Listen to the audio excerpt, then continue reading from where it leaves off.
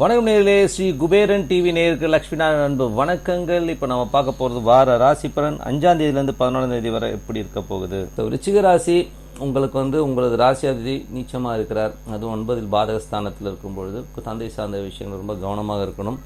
So மனைவி, கணவன் மனைவி உறவுகள் இந்த மாதிரி விஷயங்களும் ரொம்ப கவனமாக இருக்கிறது ரொம்ப ரொம்ப நல்லதுங்க. ஏன்னா சுக்கிரன் உங்களது 7ஆம் அதிபதி சுக்கிரன் நீச்ச செவ்வாயோடு இருக்கும்போது கொஞ்சம் ஏன்னா ஒரு ஜாதகத்தில் செவ்வாய்ங்கிறது கணவனையும் சுக்கிரனுங்கிறது மனைவி குறிக்கும். ஸோ அதனால் சின்ன சின்ன கருத்து பேதங்கள் வர்றதுனால கொஞ்சம் பார்த்து பொறுமையாக ஹேண்டில் பண்ணணும். இது போதாதுன்ட்டு சனியுடைய பார்வை வேறு. ஸோ அதனால் கொஞ்சம் கவனமாக இருந்துக்கோங்க. தேவையில்லாத சந்தேகங்கள், தேவையில்லாத ஒரு காழ்ப்புணர்ச்சினால சண்டை சச்சரவு வர்றதுக்கான வாய்ப்புகள்லாம் கொஞ்சம் கவனமாக இருந்துக்கணும். 2ஆம் அதிபதி குரு பார்த்தோம்னா உங்களுக்கு 4ல் வக்கரமாக இருக்கணும்.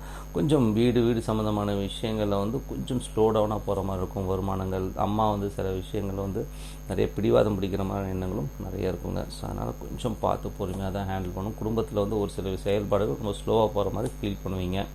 3ல் சனி வக்கரமாகறதுனால ஸோ 3ஆம் அதிபதி 9ஆம் அதிபதி ஒரு பார்வையோடு இருக்கும்பொழுது இந்த காம்பினேஷன் நல்ல காம்பினேஷன். இந்த சனி செவ்வாய் நல்ல காம்பினேஷன் கிடையாது. ஸோ அதனால் வெளிநாட்டில் இருக்கவங்களாம் உங்களுடைய பேப்பர்ஸ் இதெல்லாம் கொஞ்சம் பர்ஃபெக்டாக வச்சுக்கிறது நல்லது. ஏன்னா அதனால் ஏதாச்சும் வில்லங்கம் வர்றதுக்கான வாய்ப்பெலாம் இருக்கனால கொஞ்சம் பார்த்து பர்ஃபெக்டாக வச்சுக்கோங்க.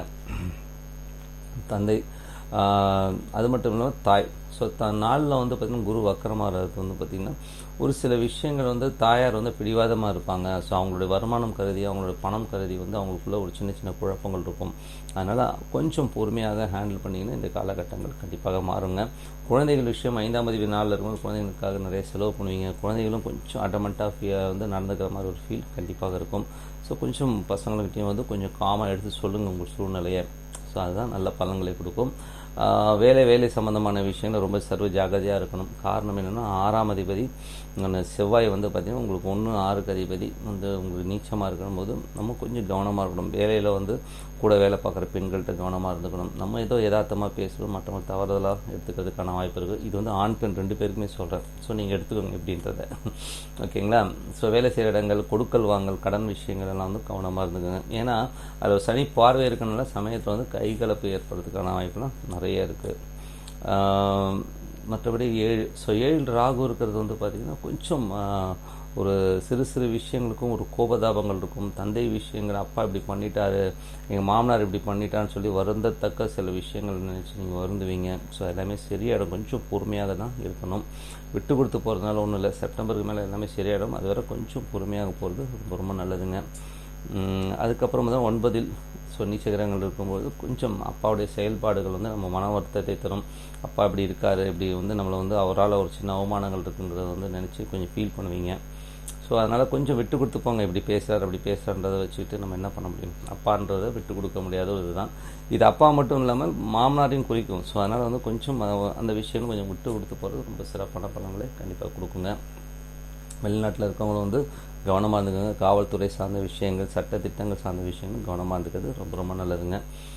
தொழில் சார்ந்த விஷயங்கள், ஸோ தொழிலில் ரொம்ப கவனமாக இருக்கணும். ஏன்னா 10ஆம் அதிபதி உங்களுக்கு 8ல் இருக்கனால பிஸ்னஸ் பண்ணுறவங்க ரொம்ப என்ன சொல்கிறது, எவ்வளோக்கு பேராசை இல்லாமல் இருக்கிற பிஸ்னஸை பர்ஃபெக்டாக காப்பாற்றிட்டு போனாலே போதும். யாராச்சும் அதை டெவலப் பண்ணலாம், இதை டெவலப் பண்ணலாம், இதை ஆட் பண்ணுங்கள், பெருசாக வரும் அப்படின்னு சொல்லிட்டு யாராச்சும் ஏற்றுனாங்கன்னா அதை போய் மாட்டிக்காதீங்க. கொஞ்சம் கவனமாக இருந்துக்கிறது ரொம்ப நல்லதுங்க. மற்றபடி லாபங்கள், ஸோ லாபங்கள் ரொம்ப சிறப்பாக இருக்கும். காரணம் வேணால் 11-8 இதுவரை வராதுன்னு நினச்சிருந்த ஒரு பணம் கூட வரதுக்கான வாய்ப்புகள்லாம் இருக்குது. பட் இருந்தாலும் நண்பர்கள் விஷயத்தில் ரொம்ப கவனமாக இருங்க. அந்த 11-8ங்கிறது என்ன ஒரு மாதிரி விஷயம்னா, ஏதாச்சும் நம்ம நண்பர்களோட போய் அங்கே ஏதாச்சும் ஜாலியாக இருக்கலாம் போயிட்டு அதை ஏடாவிட மாட்டிக்கிறதுக்கான வாய்ப்பெல்லாம் இருக்கிறனால கொஞ்சம் கவனமாக இருந்துக்கிறது ரொம்ப நல்லதுங்க. மற்றபடி எல்லாமே சிறப்பாக இருக்குது. இந்த வாரம் என்ன விசேஷம்னு பார்த்தா 5ஆம் தேதி அன்றைக்கி ஏகாதேசி அன்றைக்கி அந்த வயிற்றுக்கு லீவை விட்டு அந்த பெருமாள் நினச்சி ஓம் நமோ நாராயண அந்த விரதம் கடைபிடிச்சுன்னா ரொம்ப சிறப்பான பலன்கள்லாம் கிடைக்கும். 7ஆம் தேதி அன்றைக்கி பிரதோஷம், தோஷங்களை விளக்குவது பிரதோஷம். அன்னைக்கு என்ன பண்ணலாம் அப்படின்னும் போது அந்த 4:30 மணிலேருந்து 6 மணிக்குள்ளே அந்த பிரதோஷ காலங்களில் வழிபாடு பண்ணுறது ரொம்ப சிறப்பு. அப்படி நான் என்னால் போக முடியாது, ஆஃபீஸ் இருக்குன்றவங்க கூட காலையிலேயே ஒரு விபூதி பேக்கெட்டோ தேன் பேக்கெட்டோ ஏதோ உங்களால் முடிஞ்ச அந்த அபிஷேகத்தை வாங்கி கொடுக்கும்போது நம்ம வழியாக இருக்க தோஷங்கள் நீங்கி நல்ல விஷயங்கள் நடக்கும். சொல்லி உங்களிடம் விடைபெறுவது லட்சுமி நாராயணன். நன்றி, வணக்கம். ஸ்ரீ குபேரன் டிவியை பார்த்தமைக்கு நன்றிகள். மேலும் இது போன்ற தகவல்களை தெரிந்து கொள்ள ஸ்ரீ குபேரன் டிவியை சப்ஸ்கிரைப் செய்யுங்கள். மறக்காமல் பெல் ஐக்கானை கிளிக் செய்யுங்கள்.